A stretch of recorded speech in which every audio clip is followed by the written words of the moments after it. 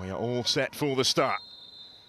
It is Brighton and Hove Albion who get the game underway, both sides in their traditional home colours at Villa Park. Today separated by just 1 point, one place in the standings. Both have been back on the training ground in the last few weeks after the festive break to get themselves ready for this and for a second half of the season, Kerris, where they will both aim to return to the top half of the table where they finished the last campaign. Absolutely, I think it's, you know, for both teams, they want to go into the second half of the season and they've got everything to play for. It's still relatively close within the league. Yeah, I think, you know, the break comes, it's a fresh start, fresh year, new signings coming in. We'll see if any more come throughout the window as well. And I think just for all players, an opportunity to have a fresh start, prove to the manager that you're the one that should be playing. And I know Dario, he mentioned at the start about, you know, he's playing the players that have trained the best, and I think that's a nice opportunity for these players now to prove they should keep the shirt. Coming under some early pressure perhaps here. Just reaching that first, importantly, was Wilms on her return to the Aston Villa side after that 3-match suspension. Brighton have been able to reorganise and get players back in position defensively, but Aston Villa still have the ball. Wilms again. Goes infield to Anna Patton, also stepping up from the back.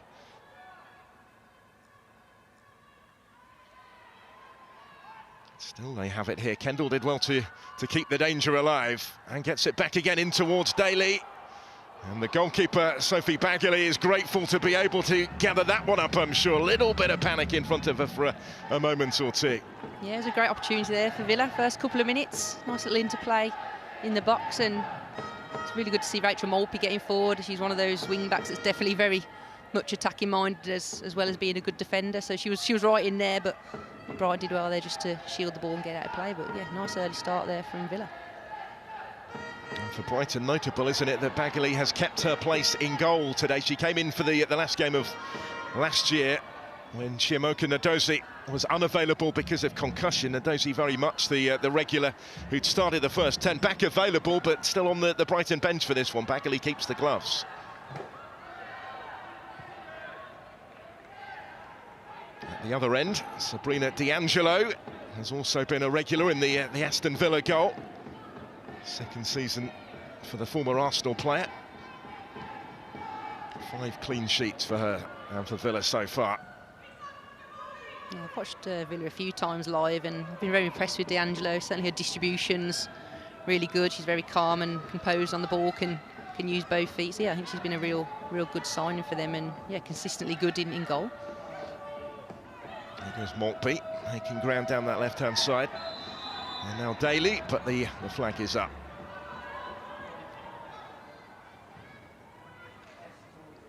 Rachel Daly denied an early goal. She got the earliest one of the season inside 30 seconds in the last home game against Liverpool, which was her first of the season, followed it up with another in the same match.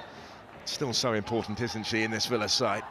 Yeah, she is. It's not just the quality she brings on the pitch. She's obviously got that leadership away from the pitch as well, and you know, really important to have those experienced players like her who are there to drive the team, motivate the team, and she can do that from the front line. But I know she's always communicating and helping players in and around her as well. So yeah, great player, and definitely one Villa want on the team sheet. She's back on the ball here. Here's Rachel Daly. Scored in all 3 games against Brighton in League and Cup last season, but there were no goals between them when they met on the opening day of this season at Broadfield Stadium in that 0-0 draw. Game that Brighton felt they had the better of, had a goal disallowed, had more of the chances. Weren't able, though, to find the finish. And to an extent, it's been the story for both of these sides so far this season. There's a lot of parallels, really, in the way that their campaigns have gone. Up towards Hansen here. 5 goals in the first half of the season for Kirsty Hansen, and they've all come in her last 8 matches.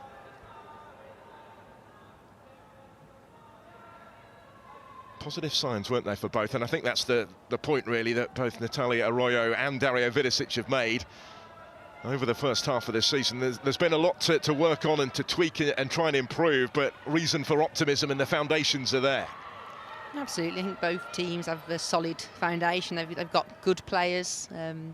Both have brought in some real strong international players that can add to the mix. So you look at the bench as well. You know, both benches are, you know, got strong players that can come on and make a difference. And I think you're really seeing that now in the WSL, aren't you? You know, you see some of the signings that are coming in January, and it's not just a real good quality starting 11, but there's real good quality now in the depth of the squad, and you know, that added element of competition as a player. You know, it's only pushes you and makes you better. So I think both Brighton and Villa are those clubs, aren't they, in the WSL, that are really investing and really trying to add that competitive element to their squad, so they can then try and push on in the leagues as the years go on.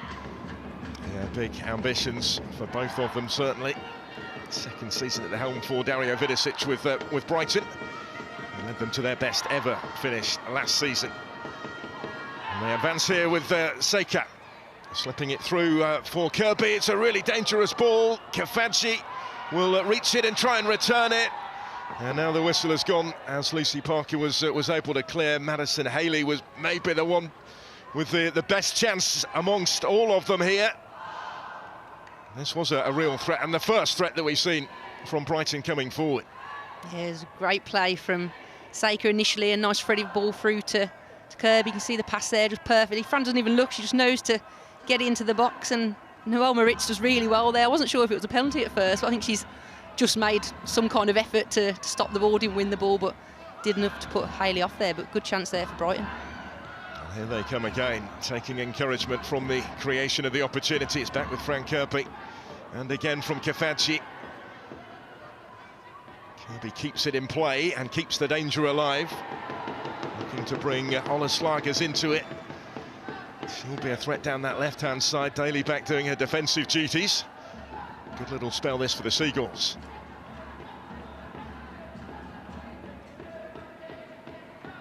Ola Slagers has played every minute of the WSL season so far for Brighton. Couple of goals as well from that position. Very impressive. There's not many players, I imagine, that have hit that stat. So yeah, she's obviously a ever-present for Brighton, and chipping in with a few goals as well. Not bad for a wing-back. Kirby's ball was just across Simons, but the captain is now able to collect it. Brighton prolonging this little period of possession, and they're sustaining it in Aston Villa territory. And towards the run of Madison Haley, is able to make that hers. Simons trying the through ball. And Villa at the moment with everybody back behind the ball.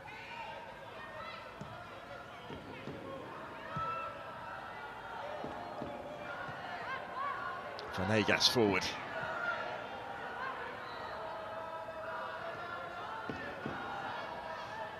Back it goes to D'Angelo.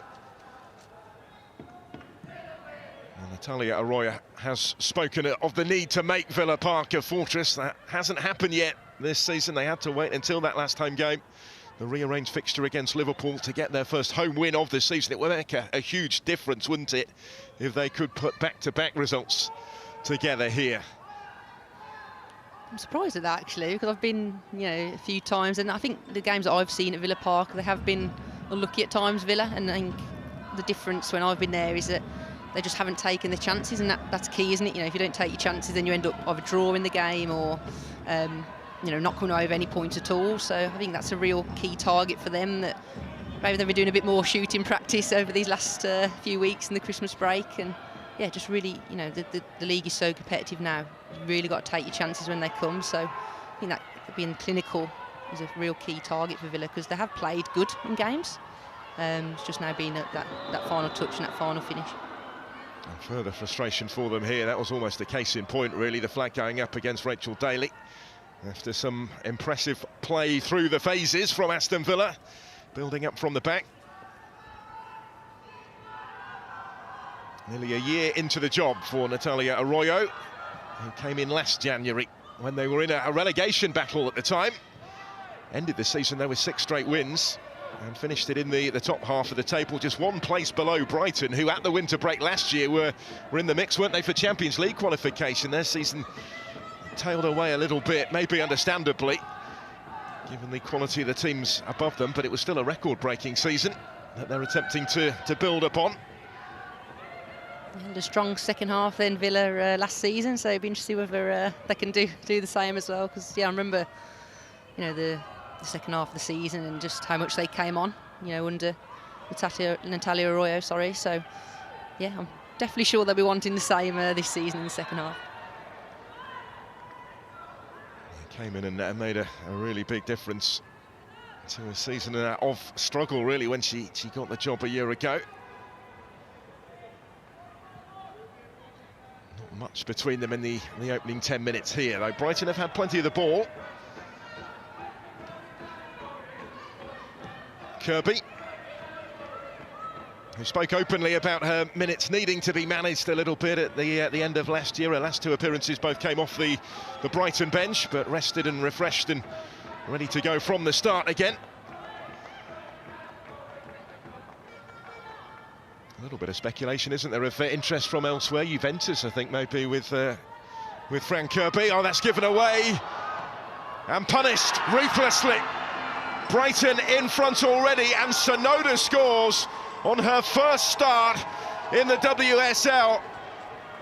But it was a gift of a goal, really, from D'Angelo.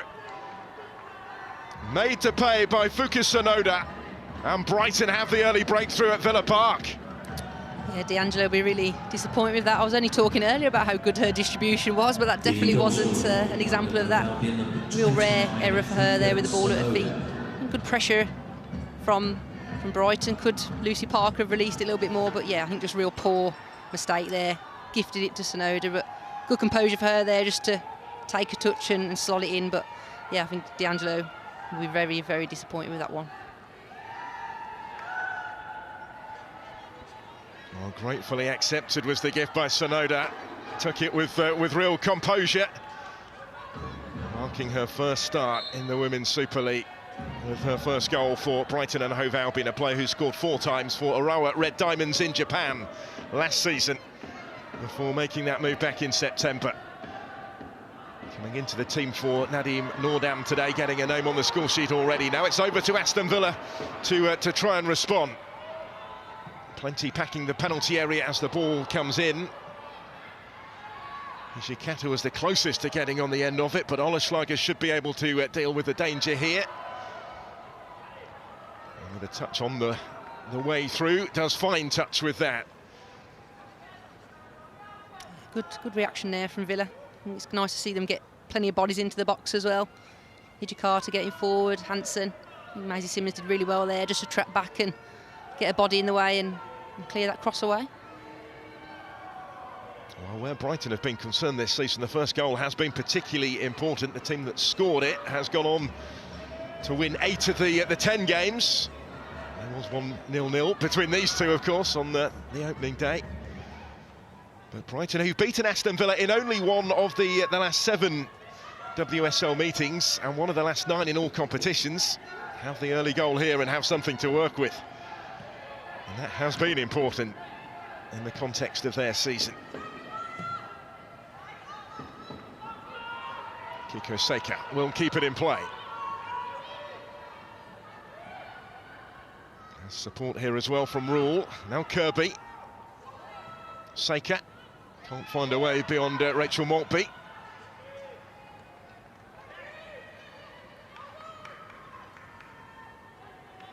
That'll be a good battle down that right-hand side for Brighton. Seika's got real quality. It'd be interesting how between the youngster Maltby and Lucy Park, how they deal with her. She's definitely a real threat for Brighton. The top goal scorer so far this season, so she's definitely a player that Villa need to be aware of. Yeah, big job for Maltby. He's really grown into her role and developed impressively over the first half of the season. Still only 18. She recently captained England's under-20s for the first time in a World Cup year for that age group. Might be, of course, her place that comes under pressure from the new signing, Jenna Naiswonga. Not available today. Real battle over on the touchline here.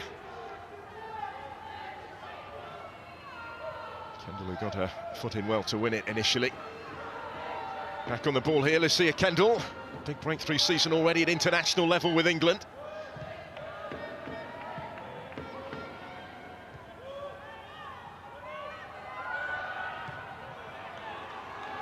through for Maritz. But cause for concern on the touchline for Natalia Arroyo.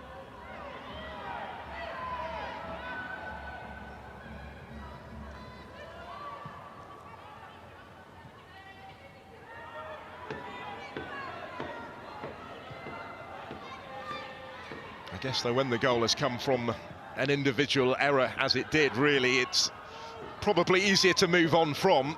It wasn't as if Brighton are necessarily outplaying the home side and causing them issues in that respect. It was a mistake that was ruthlessly punished, really. And now they look for the response. That will be cut out, though, by Minami.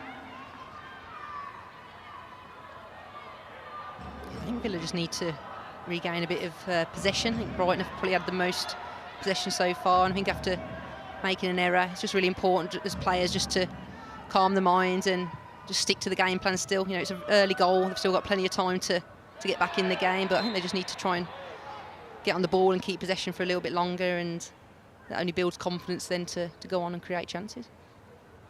They've considered the free kick here. Madison Haley going down, 4th straight start for the US international. 3rd season since signing from Sydney. Just the 1 goal to her name so far in the current campaign. Brighton having to improvise a little bit in attacking areas after the injury to Michelle Adjamac. Such a setback, really, to their prospects this season. Ruled out for the entirety of the campaign with that ACL.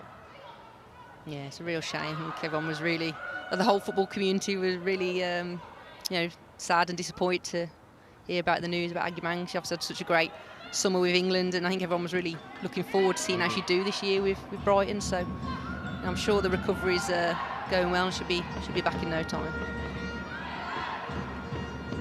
Brighton having to find a way without the Arsenal loanee. Also important for them, of course, last season when she first arrived on a temporary basis on the south coast. Here's Venegas, who will get it back again. And then wins the free kick for the challenge honour on halfway. So comfortable with the ball, though, aren't they, those at the back for Brighton? Yeah, you can tell they're technically gifted players and, you know, comfortable to take the touches and try and take people on. Venegas there, yeah, very comfortable. Has been able to draw the foul there from Daly. A few of those, a bit scrappy at the minute, isn't it? A few silly fouls being given away, but I think both teams just trying to find their feet. Yeah, referee Megan Wilson being kept pretty busy just at the moment. Here is Rule. Goes longer towards Seika. Maltby's the defender who's gone with her, but Kiko Seika has it. And there's a way here from Maltby in threateningly. D'Angelo able to grab it at the second attempt, in position to do so. But Seika continuing to cause Aston Villa some issues. Yeah, she's causing problems for them down that right-hand side. Real quality player who's got that pace. You know, Maltby's certainly not the slowest. She's got pace too, but Seika's just got real quality. And she has the ball back here once again. Villa losing it from inside their own penalty area, taking a few risks in those sort of positions today. Cost them once, it didn't quite cost them on that occasion. But the danger is all too evident, isn't it, in these sort of situations? Won't deter them, it would appear, from playing their game. We've seen already when they can beat the press, the rewards it can reap. Here is Maritz. Jikata forward. Now Vilms. Jikata had continued her run, found by Vilms. Daly's ball in, and the header from Taylor just off target. Better though from Aston Villa. Yeah, good play again there, and some good forward runs from Hijikata just to get into the box, and a nice little set back to Daly. You can see what she's trying to do, just find Maltby and Taylor at the back post, but just a bit too high for Taylor to get on it. But yeah, good play from Villa. I think that's where they're going to be most dangerous. Their tactic is to get the ball out wide and get crosses into the box and try and find the likes of Daly and Hansen who are strong in the air. So I think definitely a tactic Brighton need to be aware of, but definitely an area where Villa can maybe get some success today. Taylor got the winner for them at Manchester United earlier in the season. Looking to put herself in those sort of positions. The Scottish international, starting at a 7th consecutive game in the WSL.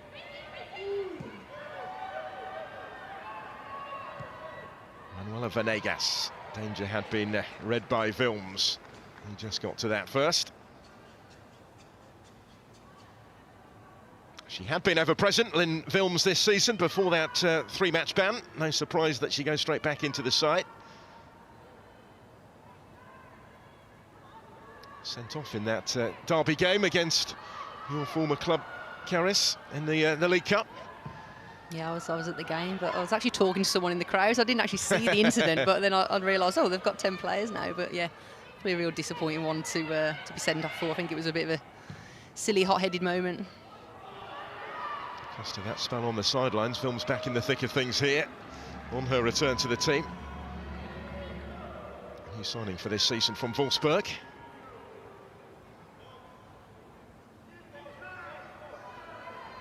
Playing a slightly different role, isn't she? Really more as a wing-back rather than a centre-back, with Marit's insider today.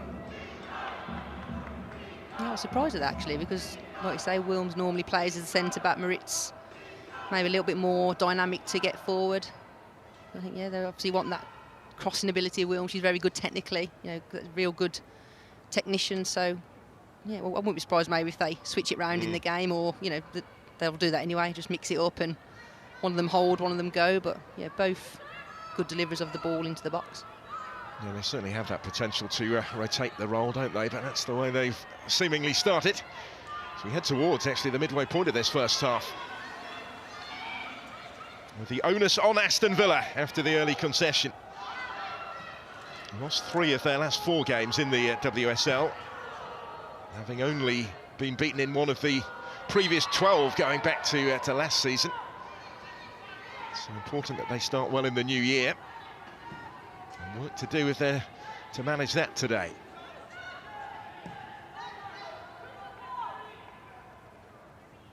Lucy Parker, who scored the Villa goal in that 6-1 defeat last time out at Manchester City. Billy Shaw scoring 4 times against them for the current leaders. Kendall, neatly done. And now Kirsty Hansen taking over. There's Maltby outside of her. Bit of room for Rachel Maltby to operate in, and then bends a really good ball in. Daly meets it, so unlucky as it comes back off the bar, and Hansen attempting to pick up the pieces can only clear the crossbar, but that was much better, much more threatening from Aston Villa. Yeah, lovely whip ball in there from Maltby. Really good play, just had a little touch and getting her head up just to see where. Certainly Rachel Daly's in the box, she's the biggest threat from headers, and didn't know initially if Bagley got a touch, but looks like she's headed it straight onto the crossbar. Real good opportunity there. Just tried to guide it as much as she could, but a little bit central. Well, yeah, I mentioned earlier about, you know, Villa's threat is definitely from the wings and getting crosses into the box, so that's a real good opportunity there again, and yeah, nice ball in from Maltby. Kind of underlines the blueprint a little bit, doesn't it, for Aston Villa, how they can find a route back into the match, maybe. Brighton survived that particular scare. Madison Haley back on her feet after that. Just the 1 attempt on target apiece so far, but Villa edging the total number of shots, not much in it at all, possession-wise. Brighton had that little spell earlier in the game when they had more of the ball, but certainly since going behind with the extra onus on their shoulders, we have seen a response from Aston Villa. They're coming very close to making something of that possession with the Daily effort off the bar.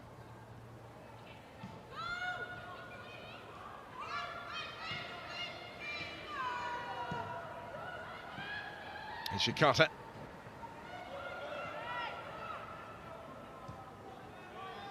Big role for Maya Hijikata today, just in behind the attackers, really. Brighton with 3 Japanese players in their side, but Hijikata is hoping to upstage all of them. Although it's Sonoda's goal for the Albion that separates the sides at the moment.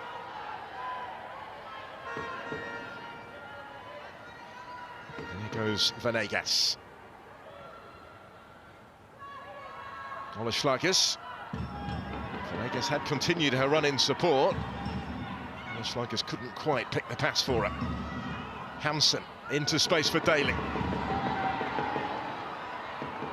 The time here to assess her options whilst on the move. Rachel Daly. Just couldn't quite locate the run of Wilms, which appeared to be her intention there.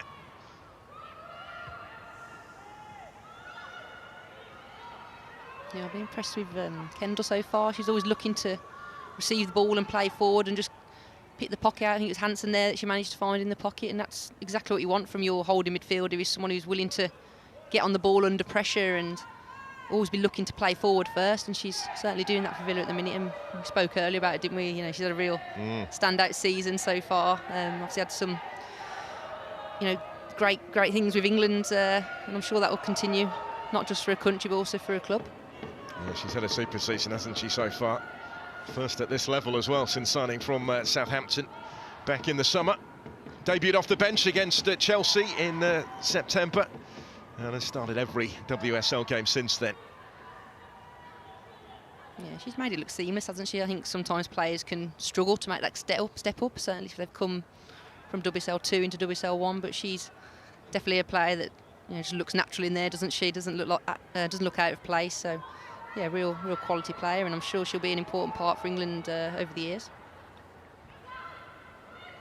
Gifted all-round athlete as well, famously played cricket, didn't she, for Hampshire?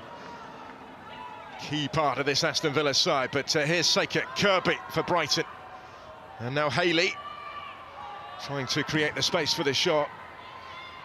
Never really opened up for it, as she was hoping for. But Brighton have the ball back, still in the Aston Villa half here, with Minami, now Kirby. Seika's on the move.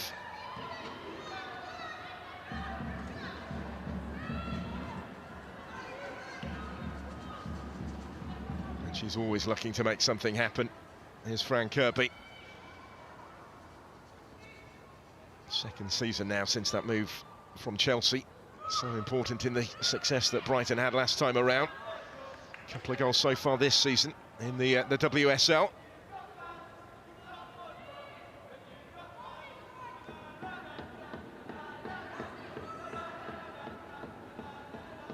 There she is again, Kirby. Playing it forward first time in towards Haley. Sonoda was quickly in there challenging it, breaks for Seika. Haley. Taylor under pressure.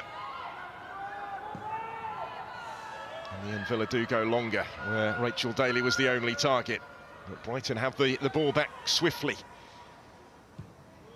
I think Brighton so far are really initiating the high press well. They're putting Villa under pressure at the back, forcing players like Parker to have to go long, and obviously that's where the goal came from, and this mistake is putting pressure on the goalkeeper and the defenders really high up. So it'll be interesting to see whether they can maintain that in the second half, and whether they get some fresh legs on to do that. But I think the high press for Brighton can be really influential in this game.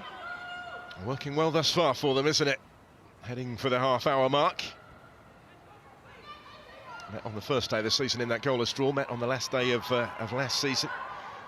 Villa unbeaten in the previous 3 games between the clubs. 1 win in 7 in the WSL for Brighton in this fixture. They haven't won away at Villa since March of 2022, Maya Letizier's goal.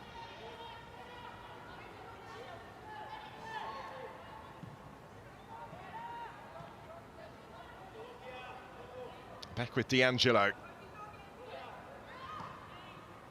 He'll be the most frustrated player on the pitch, perhaps. After the manner of the goal that went in, there'll be nobody more relieved than Sabrina D'Angelo if Villa do go on and turn it around. And she has been such a big part of their defensive resilience this season. And having to deal with ball at feet under real pressure. Bit too much pressure this time, as it turned out, from Madison Haley. Yeah, that was a bit proper defenders tackle, that one, wasn't it? It went straight through her, but yeah, again, just Villa, you know, looking to play out, but sometimes it just needs to go longer, certainly when you've got that pressure from the likes of Kirby and Haley. I think on that instance, again, they just got away with it, or can D'Angelo just strike it first time? Maybe she didn't see Haley coming, but yeah, just need to make sure it doesn't become a downfall again, certainly with Brighton's high press like they've just done now. Once again, winning the ball back in really dangerous territory. Saker then provides the cross, Haley's header. And if anything, maybe just took that away from Kafaji, who was coming in behind her as well, and wide it goes. Yeah, again, good press from Brighton to win it back. Nice through ball again, another great delivery from Saker. Just finds Haley. I think Patton does enough just to put her off, but like I say, I think this is something that Villa really need to be conscious of. And be interested to see whether Arroyo at half-time talks to them about maybe just not inviting the press too much. Sometimes it is better to just try and go long and beat the press. I think that's the way the game is nowadays, isn't it? Players just want to keep playing and play out from the back, which, you know, Villa definitely have the quality to do, but I think sometimes the press can be good enough that you can't always beat it. It's certainly causing them to look uncomfortable in those situations. Here is Madison Haley. Saker very much to the fore for Brighton, providing plenty of attacking thrust and threat. Looking to link with Kirby, it's just a little bit too much on that for her. And D'Angelo comes and gathers. Yeah, good idea there from Saker. Nice run from Kirby. And I think for both teams, because they're playing in the 3-5-2, obviously the wing backs, you know, really getting on the ball, and I think both teams could do with just closing down and pressurising a little bit more. I always used to say, as a defender, you know, don't just watch them because they're just going to play it around you. Can we just get a few more tackles and blocks in and stop the crosses? And the cross from Kafaji this time, that is cleared away by Aston Villa. Well, did Taylor to ride the challenge to win the ball and to find Kirsty Hansen taking on Minami. And delivering in towards Daly, who hits the frame of the goal for the second time in this first half. Still may be the danger with Hijikata. Kirby's back there defending. Kendall can't quite reach it. But Villa were under pressure at one end, but again, they've come so close at the other. I think Villa will be feeling really hard done by. Daly obviously hitting the post this time. Again, you know, utilising the pace of Hansen. You know, another fast break goal. I know Villa are, you know, one of the highest ranked in the league for fast break goals, and that's a perfect example, using Kirsty Hansen's pace to deliver top quality crosses like that into the box. And yeah, Daly, perfect contacts, did really well, but unfortunately didn't guide it enough just into that inside of the post. But yeah, another great cross and an opportunity for Daly.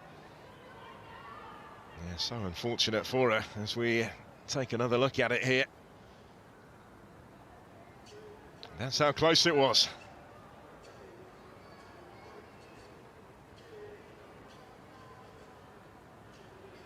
Now, there was a yellow card shown to Anna Patton for the challenge that led to the Brighton free kick. First name in the book is that of the Villa centre-back. But that last attack illustrates why they are prepared to invite the press, doesn't it? To take those sort of risks, because that's the reward, I guess, the swiftness with which they can find themselves in that sort of position. Yeah, you're right. I think, you know, as much as it can be pressurised to play under the pressure, it leaves space at the back then for Villa to go and counter-attack. And Saker again advancing on, it's prodded just wide. And only just wide by Simons. Beats the floor in frustration, because having reached that first, should have expected to score. Yeah, again, Saker through in behind. Been a common pattern this game. She's done really well just to pick out Simons. She's done everything she can. She's slid in, just got contact on it, which is the main thing. Could have gone anywhere. But yeah, just wide past the post. But again, real good opportunity there for Brighton. Both teams getting in behind and getting those crosses and cutbacks into the box and creating real good opportunities for themselves. Could very easily have had more than the one goal in this game so far, with those openings at either end. But it is Sonoda's strike that still separates them. Hansen's going to get to this first, though, for Aston Villa. Rule is with her. Can't prevent the cross from coming in. It is cut out by Minami, but straight back to Kirsty Hansen. Here's Yakata. Now Taylor, taken away from her. Kirby getting back. Seika now doing her defensive duties.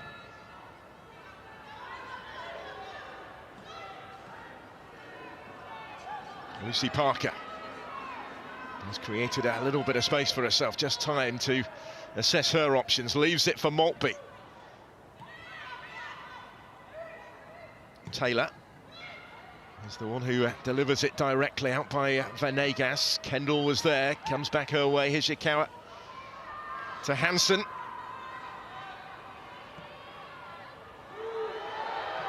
Maritz.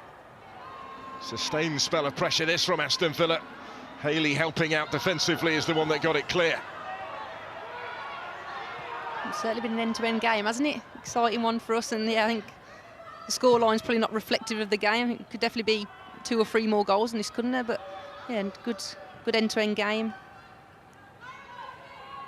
Yeah, very lively stuff so far. Both bosses spoke before the game about how everyone is keen to get back out there after the break to the last couple of weeks on the training ground. Craving that competitive edge again, and they're certainly rising to the occasion here. Forward by Anna Patton. A bit too far forward as it turned out, and Ola Schleikers is going to be able to let that go. Yeah, we spoke earlier about how important a win is for both of these teams to try and move them up the league and create a bit of a gap between each other. So you can see both are definitely going for it, aren't they? None of them are holding back and just sitting in. Brighton especially going with the high press. Villa inviting that and just looking to use the pace of Hansen in behind and get those crosses in. But yeah, definitely a entertaining first half. Let's hope more of the same in the second half. Yeah, the top half very much within reach for both. Very much really the minimum ambition. But to go any higher than that, as Brighton found out last season, is so difficult, isn't it, in this league with the quality of the top teams occupying those Champions League spots. I think obviously so far this season it looks like Tottenham are trying to go in there and break into that top 4, but yeah, it's really difficult with the the investment that clubs like Chelsea, Man City, Arsenal put into their teams. It's very difficult to break into that top 4, but teams like Villa, Brighton, Spurs, they're definitely having a go year on year and absolutely want to be teams to break into those top spots.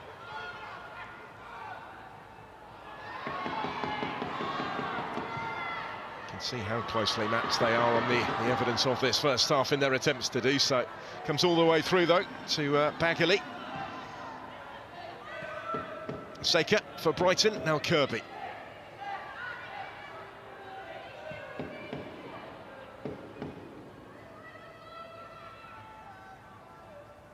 Manuela Venegas just slowing it down a little bit.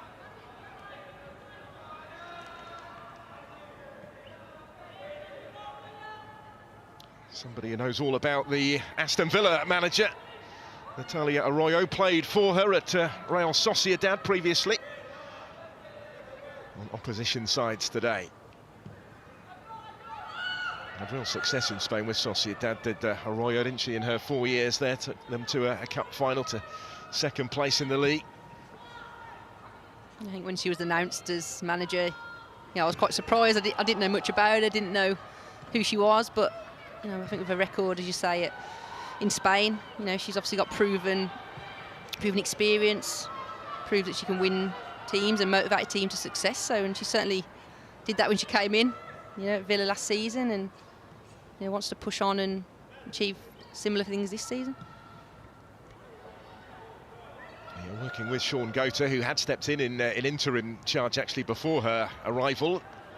I'd made it clear he was interested in the job full time, but has stayed on to work with Arroyo. There he is. Between them, they turned a relegation battle into a top half finish last season. I wonder how much he works with the strikers. I remember him as a player. He was a good player, wasn't he? I'm sure he does a lot of work with Daly and Hansen and the likes to help them. Over 100 goals he scored for Manchester City. A fair few famous ones in playoff finals as well. And he was previously working under Gareth Taylor with Manchester City's women's team before coming to Villa. So much of what they do, of who they bring in, both on and off the field, just underlines the ambition that they have in these parts for this team. Here is Kirsty Hansen, who's done well to keep that in. Minami clears it away.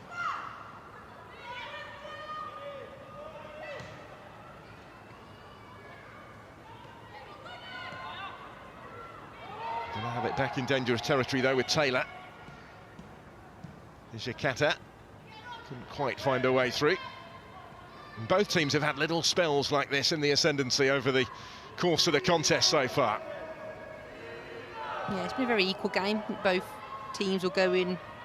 Obviously, Brighton will be happy with the scoreline, but I think overall performances, both can be pleased with the amount of chances that they're creating. I think the problem now for Villa is that Brighton are starting to recognise that they are just getting a lot of crosses into the box, so the defenders are set. I think maybe they need to try and just mix up their play a little bit, maybe play more centrally, try and get some of those little combinations, shots from distance. Otherwise, you know, as a defending team, it's really easy to recognise that and just know that crosses are coming in, you can get set. So I think a bit of variation, probably in both teams' play, to be honest, would be beneficial. It's an intriguing tactical tussle, isn't it? And both will be thinking of what they can do differently in the second half. There is time yet, though, for a twist or two before then, maybe.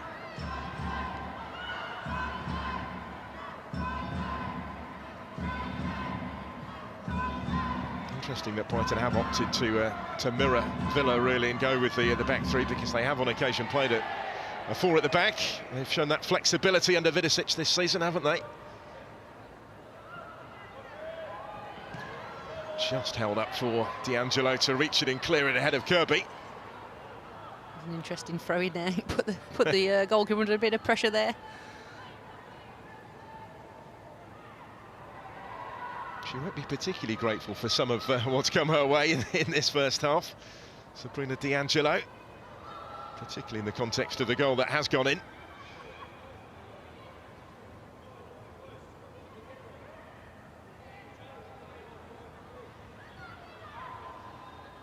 Film's just running out of room over there.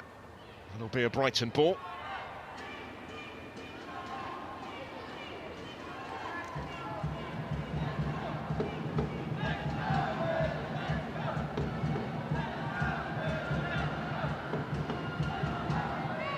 Schlager's assessing her options then. He's looking, I think, for Madison Haley.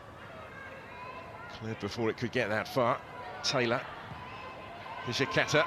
Wider for Rachel Daly.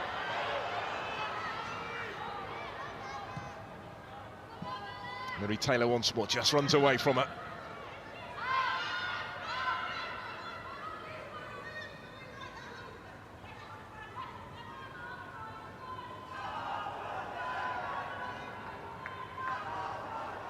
Parker to take the throw.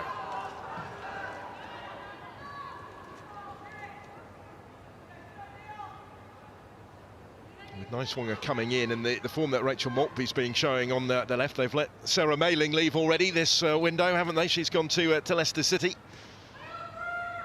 Yeah, they've got a lot of full-back options, wing-back options, Villa have. It'll be interesting where, or if Niswonger does just work her way straight into the team. Like I say, Wilms, Moritz, Maltby, they've all had good seasons so far, so it will be interesting to see where she ends up. And here is Moritz striding forward with intent, looking for Rachel Daly in the middle. Venegas can clear though. Nearly but not quite for Aston Villa, and to an extent that sums up the story of their first half.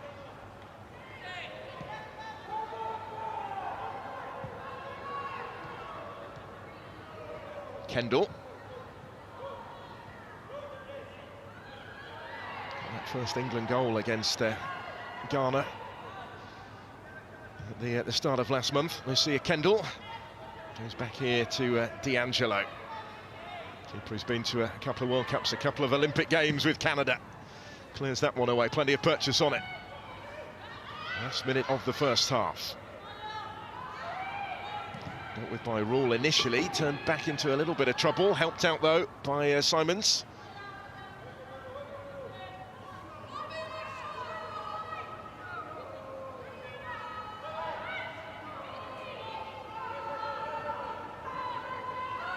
going back to a goalkeeper. Although Bagley twice has been spared by the frame of a goal, hasn't had too many other saves to make in between in this first period. It has been extended by just a solitary additional minute from here. It does look like Brighton are going to go in at the break in front. 1 minute at a time. Information there from Fabio Roque, the fourth official. Obviously Brighton have just sat back a little bit now and let Villa have possession of the ball. Be interested whether they do that in the second half or whether they still try and go for it. I think 1-0 was only a slender lead, and I think they can maybe try and still push to get another goal, and that will just help to create a bit more of a gap and more security. But I think at the minute they're just happy for Villa to have it, but it can be a dangerous tactic when you do just then sit in and invite the pressure. So let's see what they end up doing in the second half. There was a period where it looked increasingly like they might be able to extend their advantage, but the longer the half has gone on, the more that they have tended to sit back a bit. And there might be, potentially, if there's time here, one last chance at the end of the first half for them.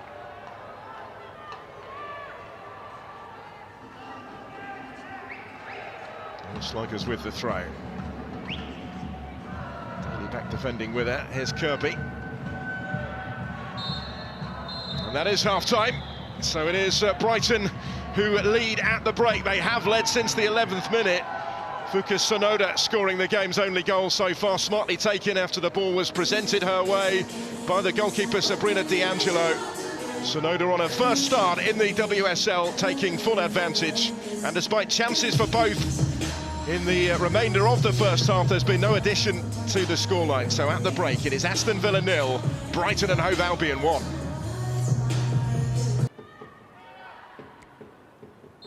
It is Aston Villa then that get the game back underway. More is going to be required from the home team if they are to salvage something, if they are to try and turn this around. But certainly on the evidence of what they produced in attacking areas on occasion in that first half, they will feel it is very much within reach.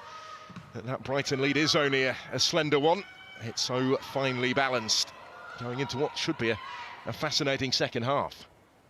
Yeah, it will be. I think both teams will be going for it. Both have the ability to bring on players. Certainly for Villa, you know, wanting to get a goal or two. You've got the likes of Georgia Mullet, Ebony Salmon on the bench. Both very fast-paced players, and you know, we've seen in the first half that's how Villa can create their chances from the counter-attack. So I'll be surprised if we don't see one of those two later on in the game. And defensively, Brighton have kept just the one clean sheet away from home in the Barclays Women's Super League so far this season. That was in their last away game, though, at London City Lionesses. They are still on track as it stands to win back-to-back away matches for the first time in nearly 2 years.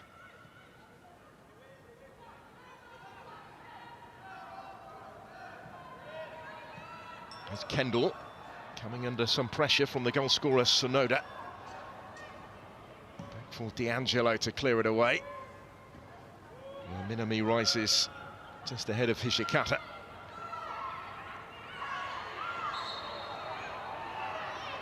Has eventually been given here. I don't think either side have changed it just yet, have they, in terms of system? Certainly not in terms of personnel, but they do both have options for later.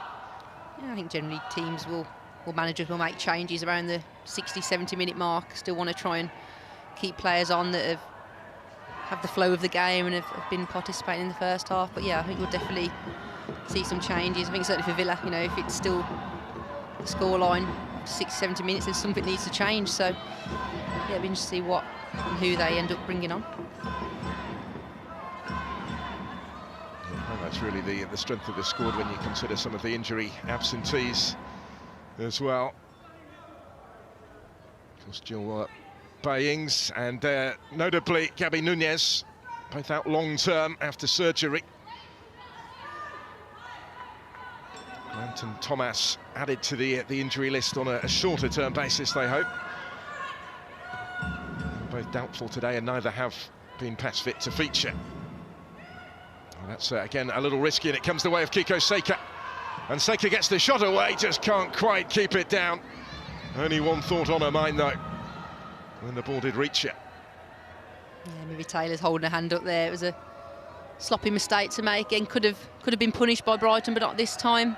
You see what she's trying to do. She's trying to play it back to Parker, but Seika's done really well there to read it and use her pace to touch it back past Parker.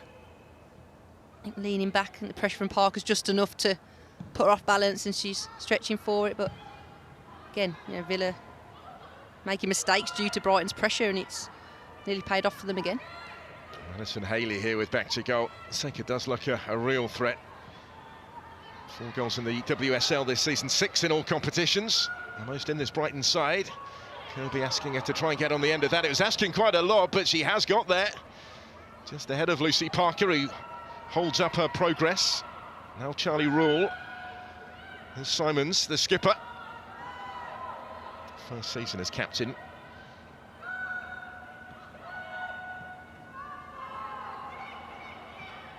Taylor intervening, but Seika's won it back, or has she? The referee thinks otherwise. Felt she did so unfairly and gives the free kick. Yeah, but they were happy with that decision, were they? I think all the Brighton players had their arms up in the air then.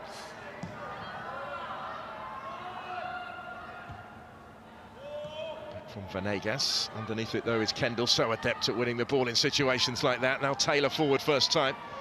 Maltby's on the charge, but across is Rule, who wanted, I think, to guide that out of play. Wasn't afforded the time or space to do that, but keeps hold of the ball for Brighton. Now Minami to Kirby. Seika. Here's Haley.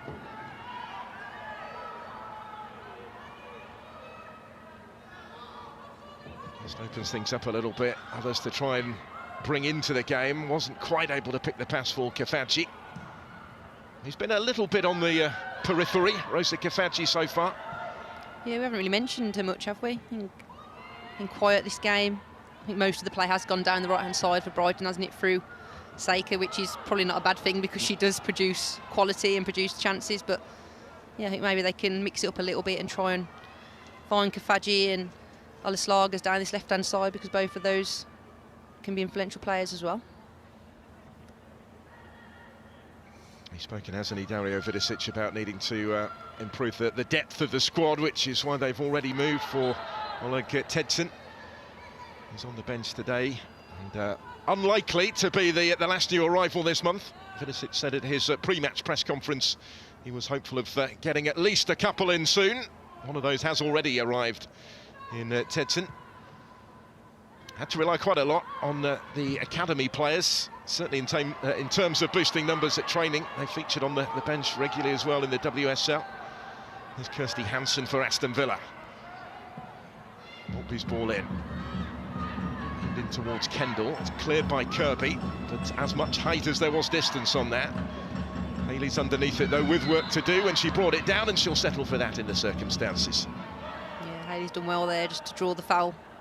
It's a strength of hers, isn't it, with her physicality. She's very good at holding up the ball and keeping it close, and despite numerous players around her there, she's comfortable to keep the ball at her feet. But yeah, did well there to draw the foul.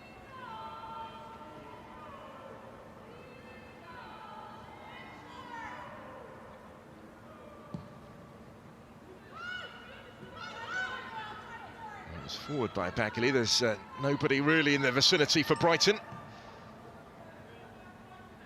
Maritz goes back to her goalkeeper.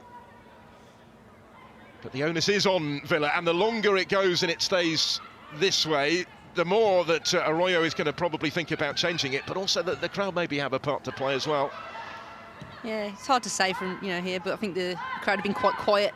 They've had a couple of chances to cheer the team on, and normally when that Villa is quite loud and the crowd can be really influential, but I think that comes from the girls and just keep getting forward. They're losing the ball a lot, like there with Daly, just getting into that final third. Just need to be a bit more careful with the ball. Don't rush to the outcome and just be a bit more patient in and around the box. There is Rachel Daly again. Hansen ahead of her. Maltby. Just adding that final bit, that all-important bit, has been a big issue really for Villa for the most of the season. They'll come again with Wilms here. Now Kendall.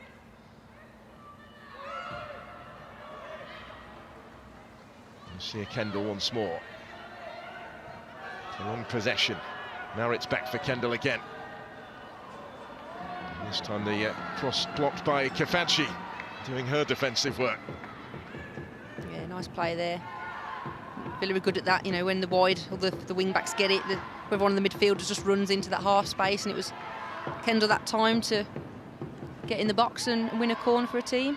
I think Villa really need to make the most of this now. They are normally strong corners, but Brighton also are very good defensively drawing corners, so let's see who wins the battle of this one. A real battle, isn't it? They've scored 5 times from corners in the WSL this season of Aston Villa. Only the leaders Manchester City have more, but it's over a year since Brighton last conceded from a corner kick in this division. They've been excellent defensively in these sort of situations. So Villa do mix it up. Wilms try something a little bit differently for Maltby.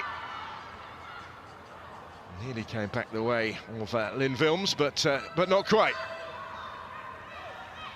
That's definitely one from the training ground there, and I think Villa have done that numerous times. That's where some of their goals have come. He's like mixing up the corners and how those balls come in. And I think Brighton, like you say, very good defensively. They've got players with height and they get bodies in the box that make it difficult for teams to break them down. But you can see what Villa were trying to do there. It's an outstanding defensive record, isn't it, in dealing with corners that Brighton have. 24 games and counting since they last let one in that sort of situation. Against Chelsea, December of 2024. Yeah, set-piece coach, he definitely needs a pay rise then, doesn't he? He should be quoting that when he comes to his annual review, for sure. Yeah, it's certainly not by chance. A lot of work goes in on the training ground.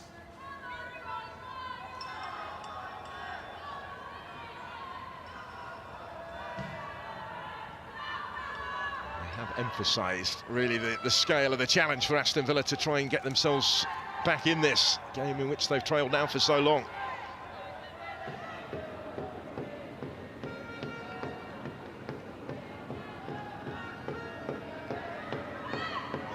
Nothing immediately available really for Ole Schlagers. Was able to find Madison Haley in the end, but Villa have it back. Here's Maritz. Just clipped, was she, having got away. Fanchi, I think, who made the contact. It was a bit of a sloppy, tired challenge that was. Just poor legs put Maritz off balance, but again, good opportunity now here for Villa to try and get bodies forward and make the most of this free kick. There was a yellow card for the challenge there by Rosa Kafachi. So she goes into the book, becomes the first Brighton player to do so today, levels up the card count at 1 apiece. But is there further punishment to be applied by Aston Villa from the free kick? Looks like it will be left for Lucia Kendall to take. She was just in conversation there with Anna Patton, but Patton's walked away from the scene. It'll be one of those maybe now hoping to try and get on the end of this from Kendall. Perhaps just issued the odd instruction before she made her way into the middle. So Kendall does take, Daly meets it and levels up the game. Rachel Daly, the Aston Villa captain, with the equalising goal. She'd been thwarted by the bar and the post in the first half, but wasn't to be denied, and it's 1-1. Yeah, fantastic header there from Rachel Daly. She's the one person you want to be on the end of any set pieces, and nice ball in from Kendall. Just hit her towards the front of the goal, and Daly does well just to not get too much contact or under too much power, but just, you know, graze it off the forehead, and she's done really well there just to guide it in. Yeah, exactly the player you want to get on the end of the cross, and just rewards really. You know, she had her chances in the first half, but she was really unfortunate to hit the crossbar on the post. So yeah, I think Rachel Daly definitely has earned that one, and really pleased for her. A great finish. Well, Brighton might argue otherwise, but Villa will feel as well perhaps that they have earned parity in the game. Rachel Daly scoring for the 3rd time in the last 2 home games now. She had to wait though until the last one against Liverpool to score her first of the WSL season. Got 2 on that occasion. 3 for the season now, 4 in all competitions, in addition to the goal scored at Bristol City in the League Cup back in October as well. And she might not be finished yet. Loves a goal against Brighton, scored in all 3 fixtures between these clubs in League and Cup last season, did Daly. And now it's Aston Villa on top and in front. Kirsty Hansen has turned this around in its entirety in the blink of an eye. And Aston Villa from behind lead against Brighton, and that's a super strike. Yeah, fantastic goal there from Hansen. Exactly what she's all about. She has that power and that ability to strike the ball from distance, and whenever she's in and around the box, she's definitely a player you want to close down, but Brighton didn't do that there. Done well, Kendall's done well to find Miri Taylor, who's just popped it on straight away. Just tight gap. You know, the defender Minami was close, but she just found that one little space that she needed to find right into the corner. Sophie Bagley had no chance. But yeah, the game's been turned around. We said about the importance of Brighton going ahead and getting another goal, but Villa have done what they needed to do and got the 2. 2 in less than 2 minutes. And Kirsty Hansen has 6 in her last 9 games in the Barclays Women's Super League now. Just the turnaround that Italia Arroyo was hoping for. It has prompted activity on the bench from both. As we head towards the hour mark, a very different look about proceedings right now. How Brighton respond from that is going to be very informative and very challenging for them, really. They've lost out again in dangerous territory here. Ishikata is the furthest forward. It was awkward for Rule given the bounce of the ball, but she did well to deal with the immediate danger.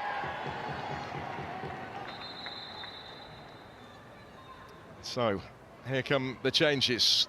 Kifaji, who had been struggling to get in it, who has just gone into the book, is going to be replaced by Rachel McLaughlin, who's been a regular starter recently, had begun each of the last 4 games before reverting to the bench for this one. No surprise that the Scot is on. And Sonoda, the player who started the scoring, got her first Brighton goal, her first WSL goal. Makes way here for the player whose spot she took in the starting lineup. Nadine Noordam is on as well. If those changes were planned or whether he's made them now just because of the result, but yeah, these girls need to really come on and try and have an impact, try and get Brighton back in the game. Be replaced by immediately involved, couldn't quite keep hold of it. Rachel McLaughlin. Daly has it, and the shirt was being pulled, I think. 15, Nadine Noordam. So he's made his moves, has Dario Vidicic. And yeah, probably the stage of the game where he was thinking about making them anyway, but his hand perhaps forced a little bit by the dramatic turnaround on the field in the last few minutes.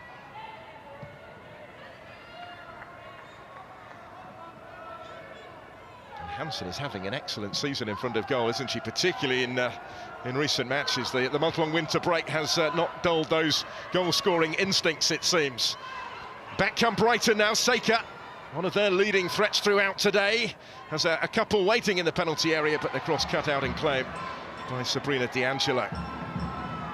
Yeah, going back to Kirsty Hansen, yeah, she's had a really outstanding season. I've always rated her as a player. I think she's excellent.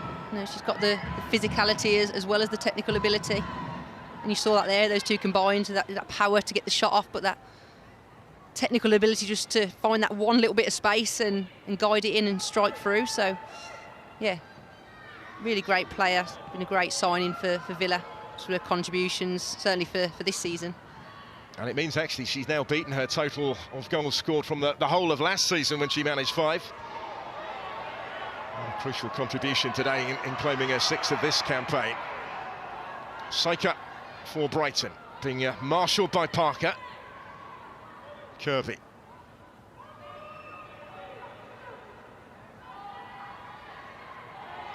Just running out of room, was hoping for some assistance from the referee, that wasn't forthcoming. So here come the Villa changes.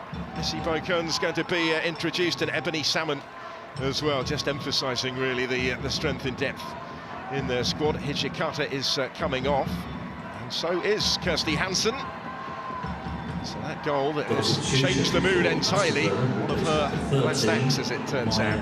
I'm surprised they've took Hansen off. I think she's obviously a real threat. You know, when a player's, he's had some good crosses, obviously scored the goal, full of confidence. So I'm quite surprised with that change, to be honest. But maybe it was pre-planned, like you say, but the scoreline, thought maybe might have made Natalia Arroyo change her mind, but it seems like she's gone with the set substitutions that she was due to bring on anyway. Salmon coming on. Replacing number 20, Kirsty Hansen. A memorable goal against today's opponents. A couple of meetings back from the halfway line, run from the halfway line, and stuck it away. She has just the one goal though so far this season in the WSL. Didn't feature in the opening fixture of the campaign, which was of course the goalless draw between these clubs, but has played in every league game since and maintains that record today with her appearance off the bench. Sliders for Brighton. Towards Haley, who was scrapping for it a little over-enthusiastically, according to referee Wilson. And another free kick goes against her. It's really going to be interesting to see how Brighton react from this. You know, I've been there as a player where you think you're quite, well, relatively comfortable in the game, and then you just get two quick-fire goals and it can kind of really knock you. But you know, I think as a player, as a professional, you just have to stay calm and keep sticking to the game plan. I think Villa have been very dominant, haven't they, in the second half. Brighton haven't had too much possession or created too many chances. So, you know, fair play to Villa. She must have done a very good team talk at half-time to motivate the girls. But, like I say, they were just unfortunate, weren't they, in the first half. They still were creating chances, certainly down the wing. Here they come again with Rachel Maltby on the move. Plenty arriving in support in the middle as well. He came for Salmon. Daly was lurking beyond her, but Brighton are able to bring it away. Seika. From Kirby. There's McLaughlin. First real chance to influence things coming forward since coming off the bench for Rachel McLaughlin. Villa have rapidly got players back in position defensively, though. Nordam. Kirby looking to just nod it down for Haley. Now Oleslagers. Nordam looking to split the defence, but it's cut out and cleared up to Rachel Daly. Battle between her and Minami. Just about got the better of that one. Oleslagers.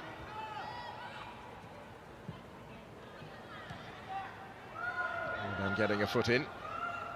Brighton have the ball back, but it's almost a role reversal from a little earlier in the game now. The challenge laid down to the visitors, who led for over half of the match, only to concede twice in less than 2 minutes.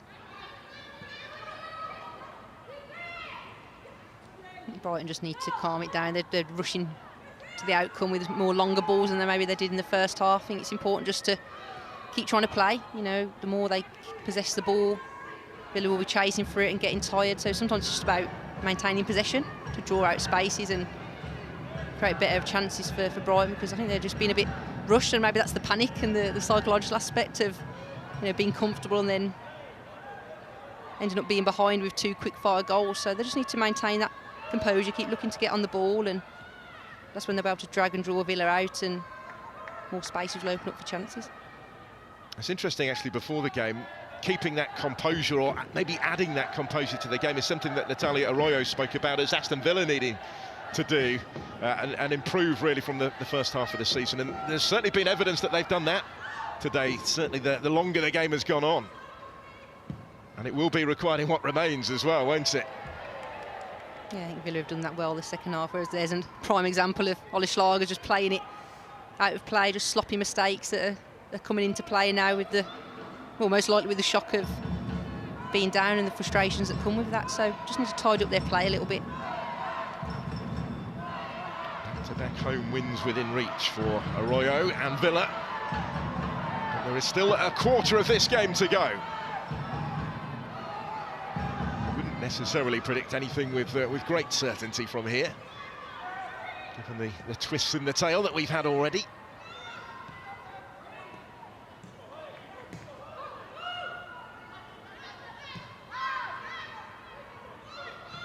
Patton goes back to D'Angelo. She'll be feeling a bit better about the situation now, won't she?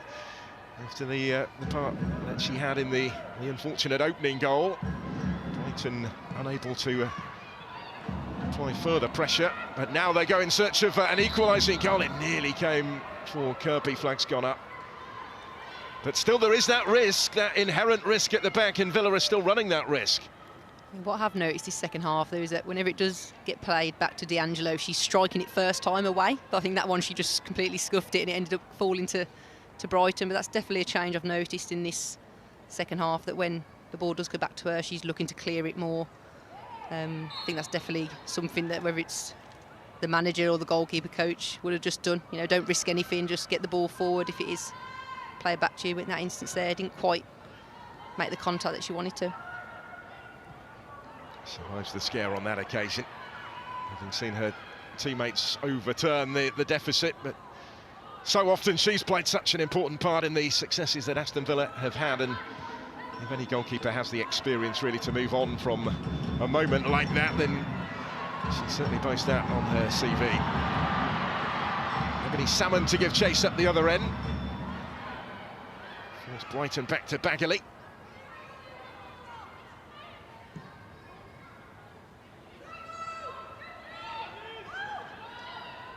As Haley did well to make it hers and then create a little bit of space for others.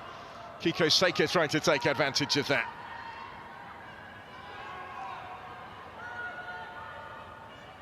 No rule.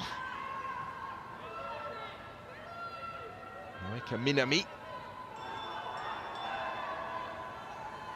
One of the new signings for this season. She arrived from Roma, the Japanese international.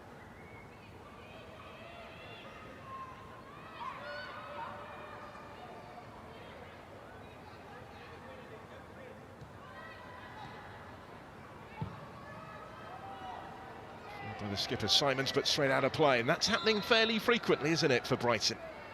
Yeah, it looks like psychologically they've been impacted. Just silly mistakes they're making that they weren't making in the first half. Definitely not looking as comfortable on the ball. Well, the Villa change happens here. The captain coming off, having got her goal, got the equalising goal. Going to be replaced by Georgia Mullet. Number 18, Georgia Mullet. Been a regular off the bench recently. That was such an important moment in the match when Rachel Daly made it 1-1. Yeah, I'm glad she got a goal before she's come off. I think she deserved it. Certainly with those chances she had in the first half. But a good young player here, Georgia Mullet coming on. Got pace to burn. Had a good season so far. You know, I've watched games where she's either started or come on, and she's a real great young prospect for Villa. So I think those changes that we predicted with Mullet and Salmon coming on just add a bit of pace and energy up top for Villa, and see if they try and go for one more. Yeah, debuted, didn't she, in the WSL for Villa as a 17-year-old, their second youngest player. Already an England under-23 international. Did score in the 3-3 thriller here against Everton in November. She's on for what remains. Taylor on the ball, making herself available for the return pass from Parker. Someone may be feeling she was fouled there, but the referee, really well positioned, didn't. Has given the free kick this time, though, to Brighton.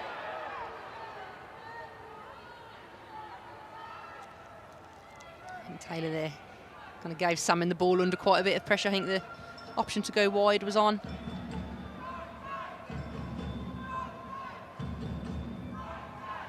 Minami. Right to her compatriot Seika. Simons on the charge, will just about reach that first, although it was a timely intervention from Taylor, who's frustrated about the concession of the corner at the end of it. I think she thought the ball had come off Simmons. Good play there from Seika, nice little dink ball through. Let's have a little look.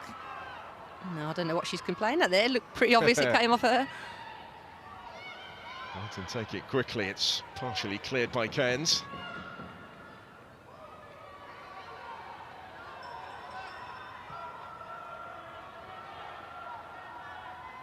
Temptation now for Villa, having got themselves in front going into these last 20 minutes, is to sit back and defend a bit deeper, but it's a risky policy, isn't it?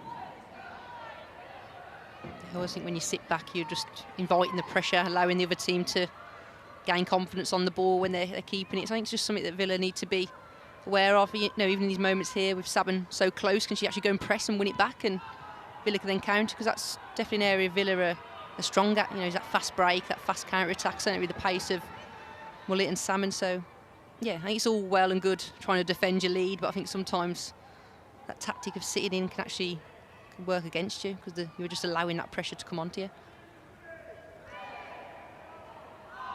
Brighton, a side that don't tend to give it up late in games. In fact, they've got an excellent goal-scoring record late in matches recently. So they will certainly still feel that they have every chance here of taking something. 4 of their last 7 goals in this division before today, and the early goal, have come in the 87th minute or later. So it is a tale that is far from told.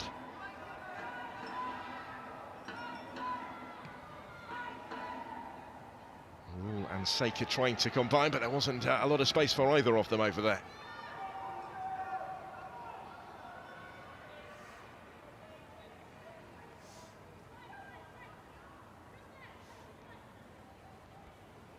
I wonder if we might see a debut for Oleg Tedson. He's very much a goal-scoring midfielder. Averaged pretty much 1 in 2 during the 4 years with Vålerenga in Norway, but only officially signed on Thursday. She's amongst the substitutes, but hasn't had long to get on the same wavelength really as her new teammates. Just the one training session, I think, prior to today. Yeah, it's difficult as to well, I guess they're footballers, aren't they? They're professionals, but I think sometimes you need a bit of time just to embed in, understand the tactics, how your teammates like to play. But yeah, why not? Last 10, 15 minutes, get her on, see what she can do. It's a possibility, isn't it? Vidicic making just a couple of changes so far. That was in the immediate aftermath of the goals going in.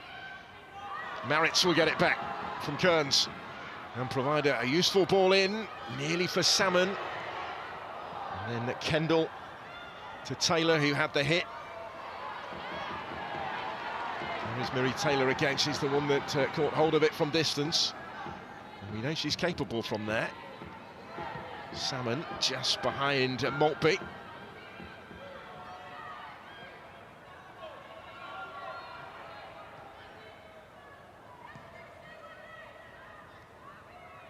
Interesting to see if Fran Kirby goes the distance. She has spoken pretty openly, hasn't she, about needing to manage her minutes a little bit. It's the reason why she didn't start the last couple of games before the winter break.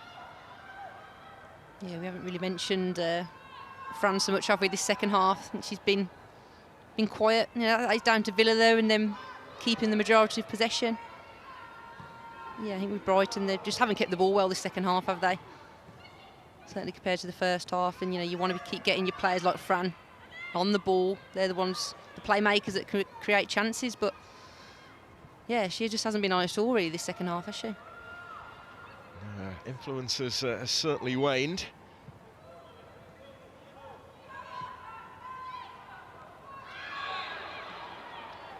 Down goes Nordam, right in front of the referee. Clearly caught by Kendall, and for that there will be a card.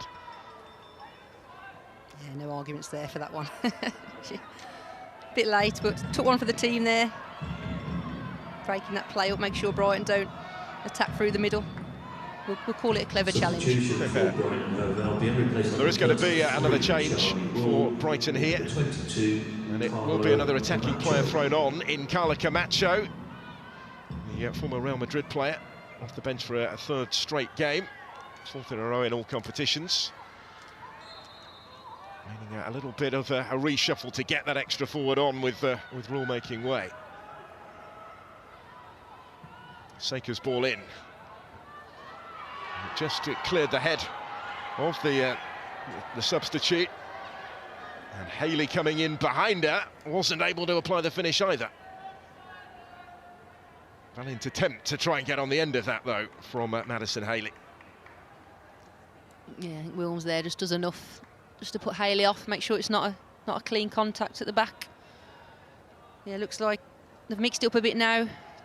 Defender coming off, extra striker coming on, which is absolutely the right thing to do. If you're 2-1 down, you've just got to go for it now and try and get more bodies up top. So let's see if it works out for Brighton. Wholly understandable switch in the circumstances by Dario Vidicic.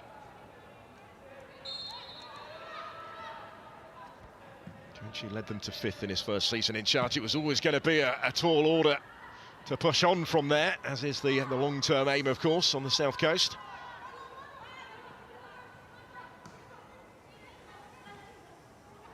As it stands right now, these teams would be trading places, and Villa going above Brighton in the standings. But it is not done yet.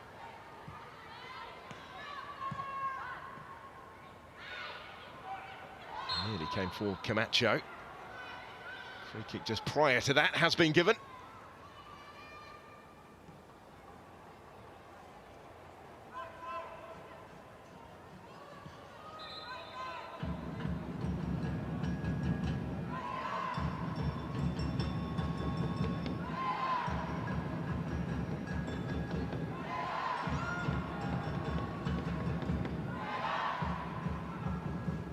Simon's assessing her options. Support from Venegas. Haley. Saka's turned back into traffic though.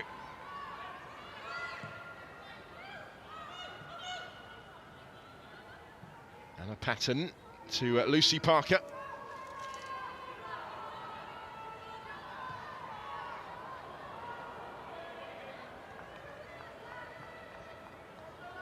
A few tired legs out there now, just a few sloppy errors and passes coming into play, but not surprised. It's been a very competitive game. Both teams have been on it, but have also had to defend. Both teams have worked hard and made it a really competitive and enjoyable fixture. And you can train as hard as you like, can't you? But when you haven't played for 4 weeks, it's going to have an effect at this stage, maybe. Yeah, I think that match fitness can be lost quite quickly. You can do all the training, the running you like, and when it comes to an actual competitive match, it's a little bit different. So no surprise to maybe start feeling a bit of tiredness in the legs, certainly after the Christmas break. And almost to a certain extent, as if Villa aren't quite sure whether to stick or twist at the moment. Haley delivers dangerously towards Kirby. Still work to do to get this away, because Oleslagers was lurking with intent, trying to pick up the pieces. It was well dealt with by Parker. Important intervention there. Frank Kirby just lurking off the shoulder. Parker did well there just to position herself and make sure it didn't fall to Kirby in the box. Moritz forward.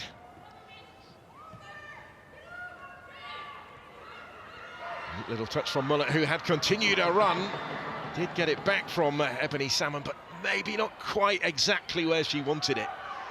Yeah, I think she was looking for the ball in behind, wasn't she? But Salmon decided to play it to her feet. But I think that perfect pass there would have been just put it into space for Mullett to run to with the pace that she's got. There's Maltby, better from Aston Villa. So they look for the insurance of a 2-goal cushion, but thwarted on this occasion by the flag. Goes up against Salmon. Brighton have to take it quickly. Saka spins into a little bit of space as it turned out. Kirby in support. Saka's continued her run. Lovely ball from Kirby back into her path. Parker looking to restrict the options. Nordam tried to get there as well, but Brighton run out of room, and they are beginning to run out of time. Not quite there yet, but more is required. I think Kendall's done well there just to track Nordam and just give a little bit of a nudge and allow the ball to run out of play.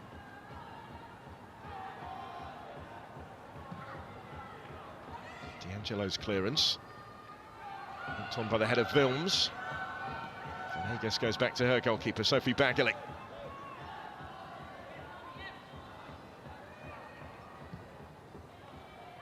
I think despite the 2 goals in this half, we haven't actually mentioned Sophie Bagley too much. She hasn't had too many shots or crosses to deal with. So I think Villa have just been a lot more clinical in this second half. You know, they haven't had loads of chances, but they've been clinical with the ones they've got, which we spoke about at the start of the game. You need to do that in the WSL, and I think that's maybe something that they had issues with in the first half of the season. I think this is certainly, well, if they continue to maintain the win, I think just having that clinicalness about you can be the difference between winning or drawing or even losing a game. Well, there's actually only been 3 shots on target in the game. They've all gone in. There you go.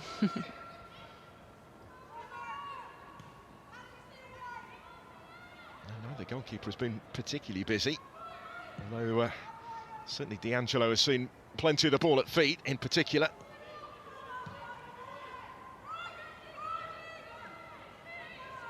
Vanegas. Madison Haley. The intention there from Ola Schlages was to return it to Haley. She almost found her way through, but not quite. Up against Noel Maritz. Vastly experienced Swiss international with a really important job to do at the moment. This comes in towards Seika. Camacho trying to get there. And Parker just used her presence to shepherd that away from trouble and enable D'Angelo to come and claim it. Yeah, again, good defending there by Parker. Just does enough just to get a body in the way and shield the ball for D'Angelo to collect. Brighton have definitely had more of the ball now, haven't they? And they're trying to go for it in this last 10-15 minutes or so, but Villa are doing well. They're defending resiliently and just limiting the chances that Brighton are creating. McLaughlin slipping that one through for Kirby. He'll try and fizz it in. Came off Parker's head. And rising there, far post was Haley. Can't quite force it in. More of a threat from Brighton as they try and get this equalising goal. They are stepping up the pressure. They are. Again, nice slip ball through to Frank Kirby and does well to cut it back and just dink it in. I didn't know if it was going in initially from Parker, but Haley's done well there just to put a bit of pressure on Wilms. But fair play to Wilms. She's put her body on the line there and made sure it wasn't easy for Haley to make contact. Again, good resilient defending there from Villa. And but for Wilms, that might well have gone in from Haley actually. As the corner is taken again, it's something a little bit different. It's Seika on the edge of the box. It's flicked on and behind by Vanegas. And Villa can breathe again. What promises to be a frantic final 5 minutes of the 90. These are always the worst minutes as a player when you're only 1 goal ahead and you've got the last 5 minutes or so to go, just holding out, especially when the opposition are piling on the pressure. But I think good decision here from D'Angelo just to play long now. Don't play out from the back. You know, you can see that Brighton are really putting pressure on and trying to go for it. It's just about being sensible now and managing the time. Yeah, now is not the time for taking the chances, is it? Can either side take their chances up the other end, though, in attack? Villa might feel that the best form of defence is to keep the ball in this part of the pitch, really. Create something of their own, but Emily Salmon was just unable to hold on to possession. Minami finds Simons.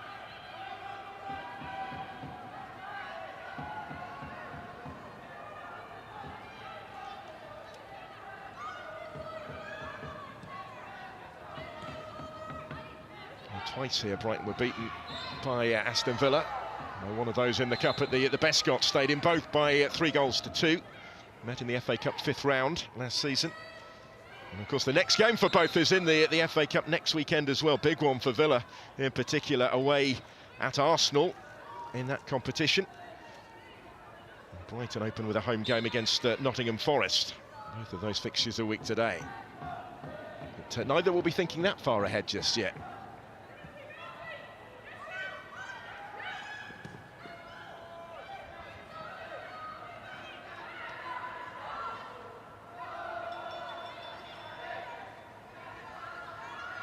Brighton change we're hearing is being readied. Caitlin Hayes going to come on shortly in place, I think, of the captain Simons. Can they find a way through here?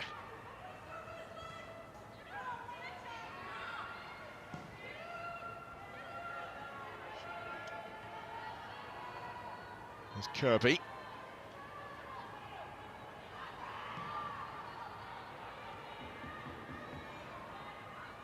Kirby again.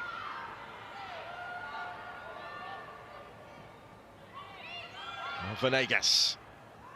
Prolonged pressure in this period of possession for Brighton. Can they find the end product? Not this time. It's comfortably cleared away, but it will come back quickly. A little bit of space maybe for the shot. Struck by Nadim Nordam, but struck straight really at D'Angelo.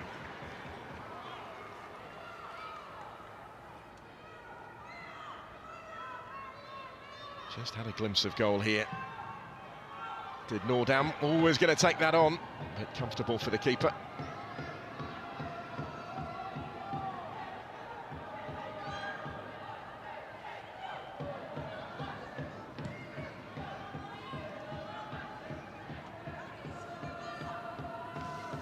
Nearly advancing, clearance was by Patton.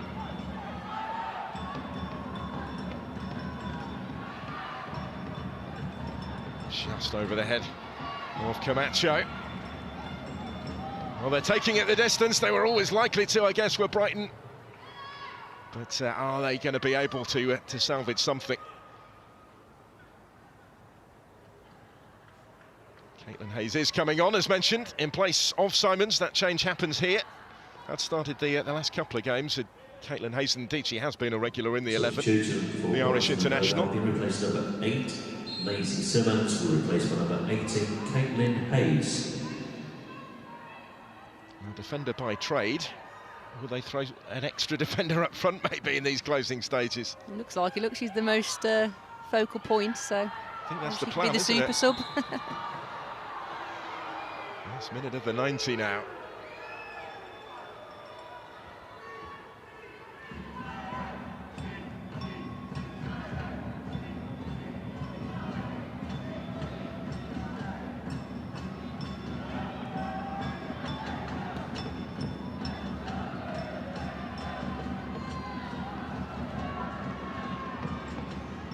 Lovely ball slipped through for Kiko Seika. Continuing to provide a threat, has been for most of the match really the main threat for Brighton. But is she going to end up on the losing side? We have reached the 90-minute mark, and into added time we go with the outcome very much in the balance. And that performance of Kiko Seika, I think, Keris, has caught your attention in particular today. Yeah, despite being on, well, potentially the losing team, I think she's had a really good game. She's been an ever-present down that right-hand side for Brighton. A little bit quieter in this second half, but I think that's just because Brighton haven't had possession and haven't found her. But yeah, I think she's had a fantastic game and really caused a problem for Maltby and Parker down that side. So player of the match, Kiko Seika, as the change happens here for Villa, and Lucy Staniforth continues her comeback, having made her long-awaited return just before the winter break. And 38, Rachel Maltby. Back off the bench again here, in place of Kendall. Maltby has made way as well. Delon is on as part of a double change. Number 5, Lucy Staniforth.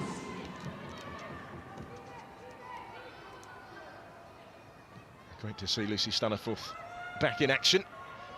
It is. I know she's had her injury troubles, but it was good to see her back on the pitch. She's a technically gifted player. I played with Lucy at Birmingham, and yeah, she's got that ability to pick out real key passes and certainly be a threat from set pieces. But yeah, good to see her back and getting some minutes in a Villa shirt.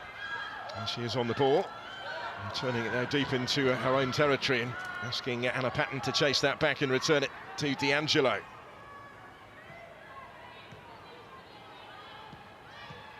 Came off the bench did Staniforth in the last couple of games of 2025, on her way back from injury. The first appearances of the season.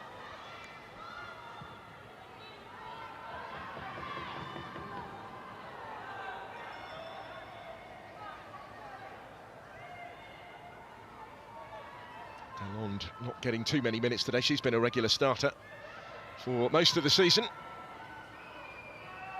Played over 100 games in the French top flight before making the move in the summer. Work to do defensively here. Camacho will try and get there. Put the pressure on Parker. Staniforth helping out. Anywhere will do, really, with that type of clearance.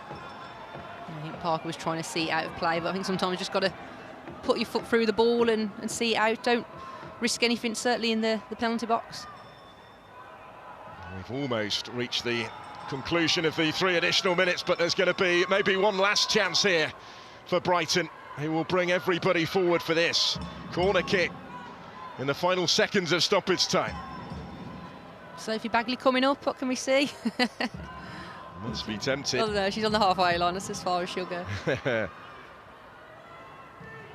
Sluggers will take it. Well dealt with by Villa. Gets it back though in space. Ola Sluggers, another chance to deliver here. Whips that one in. Staniforth got something on it, but maybe not quite enough on it.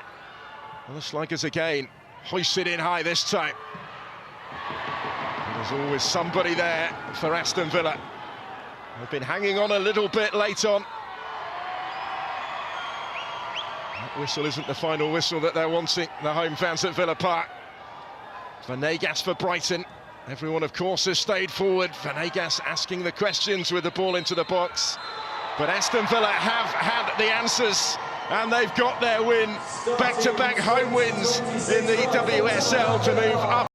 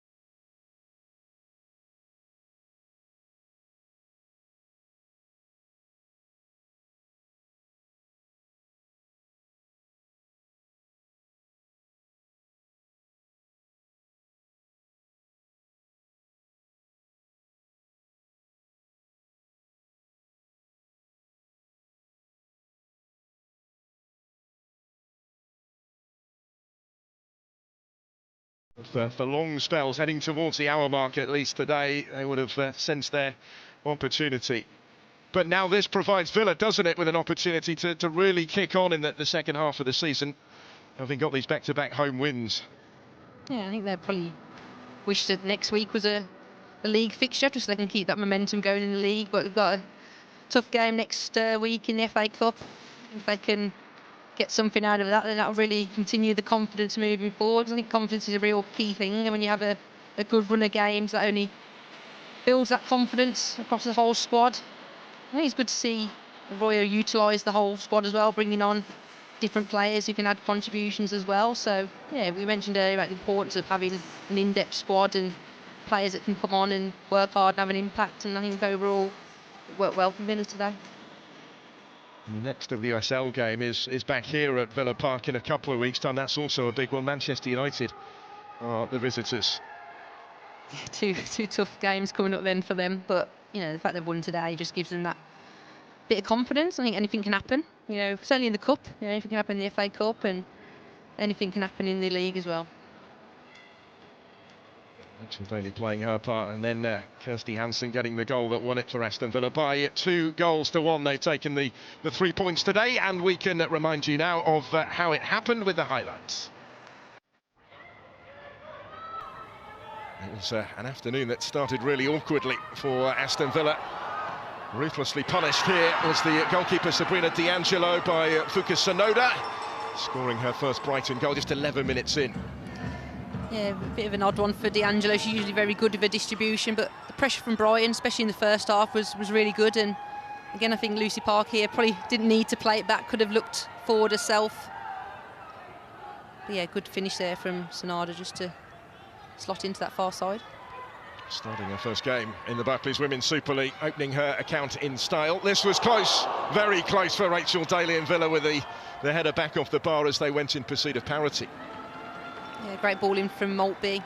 She was a threat down that left-hand side, getting some good crosses into the box. Good effort there from Daly, but just wasn't quite enough off the crossbar. It wouldn't be the last time that she was denied by the frame of the goal in the first period, because having been teed up here by Hansen, it was the post that came in the way. Yeah, again, good cross. Rachel Daly well there just to get across the front of the defender, but seemed like a look wasn't gonna come at any point, wasn't it? It could have been particularly costly had this one gone in. Brighton close to doubling their lead late in the first half through the skipper Simons. Yeah, again, good play there from Seika just to find Simons. Luckily Villa had enough bodies in the way to make sure it didn't go on target. So into the second half, and the equalising goal. The free kick taken by Kendall and headed in decisively and deftly by Daly. Yeah, nice little dink ball. You know, Rachel Daly's really strong in the air. It's definitely one of her strengths, and she does enough just to glance it on. That's all you need sometimes with the pace of the ball. Just to glance it on, a great finish down to that left-hand corner. It was less than a couple of minutes later when Kirsty Hansen did that and turned it around in its entirety. 2-1 Villa. Yeah, great strike from Hansen, doing what she does best. Definitely don't want to give a player like her any time and space at the edge of the box. She's got the power and the accuracy to drill it in, and yeah, she'll be really pleased with that goal. Continuing her excellent recent run in front of goal. Hansen with a 6th of the WSL season already, one more than last year. Back came Brighton to try and get themselves back in it. And this was maybe as close as they came. Haley rising, but it was an important touch from Lynn Vilms to deny it. Yeah, Brighton did well to pile the pressure on towards the end, and Haley had a couple of chances at the back post, but it wasn't enough. They would eventually run out of time with Brighton Villa take the victory. Turning it around after that Rachel Daly goal that got them back on at level terms, and we can hear from the Aston Villa captain now, speaking to Joe Flemons. Rachel, a hard-fought 3 points. How pleased are you with that? Yeah, huge. We knew that coming into this year, we wanted to start this half of the season strong, especially at home. We didn't have the greatest record at home first part of the season, so we finished strong against Liverpool here, back end of that part of the season. So to get 3 points today was huge, and I think more importantly, winning a game when we've gone 1-0 down was massive for us, and it's a test of our character, and it showed good resilience and a lot of strength today. So yeah, proud of everyone. Does that show as well how much this place can play a part, because the momentum as soon as you scored the goal and then to get the second so quickly? Yeah, I think obviously I've hit every single post in the first half, so to get that one was obviously nice. But yeah, I think the fans are obviously great, and they give us a little boost and that extra boost that we need. So yeah, Kirsty went on and scored the winner, and yeah, so happy. Well done today. Thank you. Cheers. They did display real spirit, didn't they, going on to turn it around and to get the win. Aston Villa beaten Brighton by 2-1. The first result there at the top of your screen came yesterday. No goals between Arsenal and Manchester United at the Emirates, though. Those two failing to close the gap on the top two. Chelsea 5-0 up against West Ham. They did lead by 4 at the end of the first half. The goal in each half enough for Manchester City today. The leaders make it 11 straight wins to maintain their advantage of 6 points at the summit. They've beaten Everton by 2-0, and Spurs winners against Leicester. The unfortunate Ash Neville with an own goal against her former club on her Leicester debut, winning it for Spurs.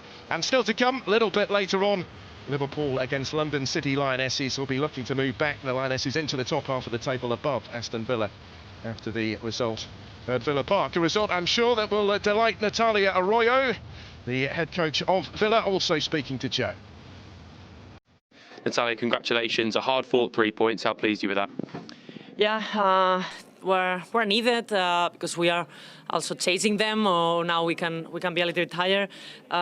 We needed to start as well with this type of performance where we are not necessarily dominating all the parts of the game, but we are showing mentality, we are showing ability to suffer as well, and we are showing capacity of growing in the game. Our first half was not ideal, out of possession. We were not exactly where we wanted to be to reduce the time that they were having with the ball. Once we adjusted it, we could be like a little bit more on the type of pictures we wanted, and we were in this time and today having the type of luck that you need in the fact of scoring 2 consecutive goals that allow us to then manage a little bit the game. I think first half we could score as well. We had better chances than them. It's just we were paying the consequences of a mistake, but it's about that. It's what are you doing after a mistake? We show that on the Emirates as well. We want to be brave. We want to take this risk. Sometimes you smile. Sometimes you can regret yourself some details, but the players were showing the same bravery in possession, out of possession. We stick to the plan, and then we were able to build 3 important points. How pleased are you with that? Because it's quite a clinical nature. I mean, it's only listed as 2 definite shots on target. Obviously, it doesn't take into consideration the fact that Rachel Daly hit the bar and the post, but that clinical nature in front of goal is something I'm sure you're very pleased with. Yeah, because in some parts of the first part of the season, we were not able to create that. We needed like 3-4 chances to score. Sometimes it's good to see that, okay, the first one that you hit on target, you get the goal. But as you were saying, we were like close to some finishing actions, 2 post actions in the first half. It's just adjusting this. But yeah, they were clinical as well. Yeah, at the end we ended suffering. But it's important for us to, because I feel at the end of the game, it's about who wins, who is more clinical. Normally in the first part of the season we were like more conceding this, others being more clinical against us. So it's good. Definitely we have goals in our players, in our legs. So it was good. And another one for Rachel, another one for Kirste, and then Ebony and G, they were like so close as well. So it's about that. The ones that start, the ones that finish, how many chances they can create, how threatening they can be. And I think definitely we were showing that today. Well done today. Thank you. Thank you very much. Congratulations to Natalia Arroyo and Aston Villa getting the job done and coming back from behind to beat Brighton and moving up, as you can see, into the top half of the table for now, at least a point above London City Lionesses, who will go to Liverpool very shortly, and now 2 points and 2 places above Brighton and Hove Albion, who slip a spot to 8th in the table. Manchester City with that 6-point lead over Chelsea at the top. But here at Villa Park, it is Aston Villa who've made the ideal start to 2026. They are up and running for the new year. Back from behind to beat Brighton. From us all here, it's goodbye.